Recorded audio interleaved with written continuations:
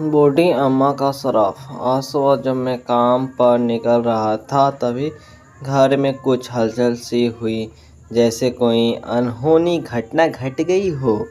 मेरी सौभाग्य पिताजी के परम मित्र का बेटा राजेश भैया मेरे परिवार के साथ बैठते उठते और उसके साथ हुए और उसके माथे पर बल पड़े हुए थे।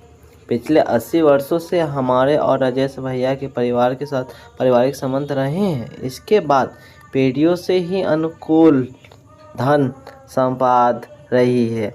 इसका मूल खानदानी व्यवसाय ब्याज पर धन देना था और इसके बदले में ये लोग मकान, दुकानदार, ज्वेलर्स आदि को गिरवी रखवा लिया करते थे।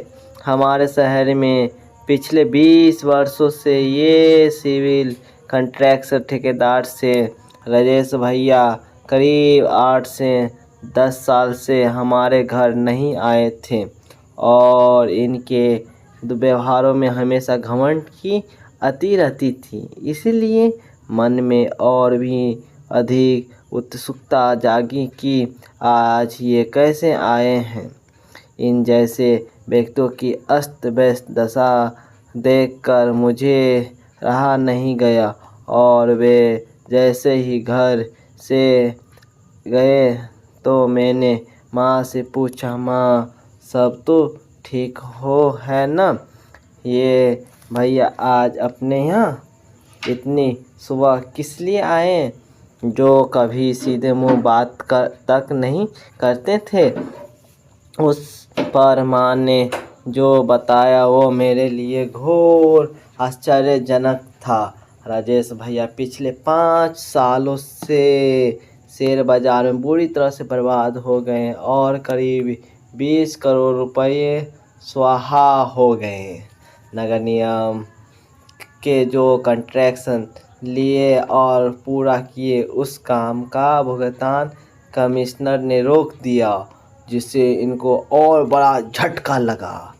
बाकी कर्मों को पूरा करने के लिए इतने बड़े सेठ को बाजार से सूदखोरों से 40 लाख रुपया लेने पड़े और अब वे 40 लाख रुपये का ब्याज बढ़कर 70 लाख रुपया हो गए। अब इसके पास ये खाने के पैसे भी नहीं बचे और इसलिए ये अपना आलीशान बंगला जो शहर की सबसे धच्चार बस्ती में है बेचना पड़ा है।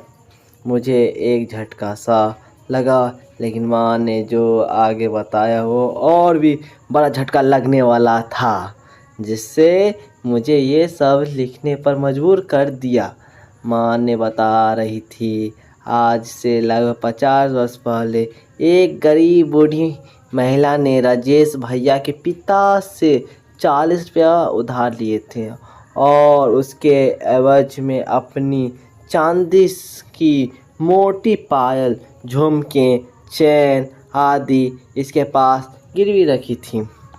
वह बूढ़ी माँ खून पसीने एक कर 3-4 साल में 40 रुपये ब्याज सही चुका भी दिए, लेकिन उसके पिता के मन में चोर समा गया और बूढ़ी अम्मा को झूठ हिसाब किताब बताकर जबरन ब्याज बढ़ाते रहे और उसके जेवर देने से मुकर गए। कुछ महीने के बाद संघर्ष के बाद वो बूढ़ी अम्मा थक गई। हमारा निवास पास में ही था और मैं भी नहीं तेरे पापा के साथ शादी करके आई थी। उसी दिन वो बूढ़ी अम्मा उसके घर गई और वो फुट फुट कर रोई जा रही थी। रोते रोते बस एक ही बात बोली जा रही थी, तेरा सर्वनाश होगा, मेरे 40 रुपये तेरे नस नस से निकलेंगे, नहीं चाहिए मेरे को जेवर, तू रख, अब यही तेरी तबाही का कारण होगा। और कुछ दिन में वह बूढ़ी अम्मा इस दुनिया से चल बसी वे 40 रुपये थे जो आज 50 वर्षों में 40 लाख रुपये मूलधन हो गया और 30 लाख रुपये ब्याज होकर टोटल मिला के 70 लाख रुपये हो गए। इन 70 लाखों की वजह से तेरे राजेश भैया की जीते जी मरने वाली हालत हो गई है। बेटा, मैं यह सब सुनकर अवाक रह गया। आज तक सुना था कि ऊपर वाले की लाठी में आवाज़ नहीं होती है, मगर आज मेरे सामने सब कुछ प्रत्यक्ष था। ऊपर की अदालत में न्याय है, देर है पर अंधेर नहीं है। बूढ़ी अम्मा का श्राप, जो 40 रुपए के लालच ने 50 साल बाद किया पूरा परिवार को बर्बाद। आज से लगभग 50 वर्ष पहले एक गरीब बूढ़ी अम्मा 40 रुपये उधार लिए थे, अपनी चांदी और पायल झुमके गिरवी दी थी।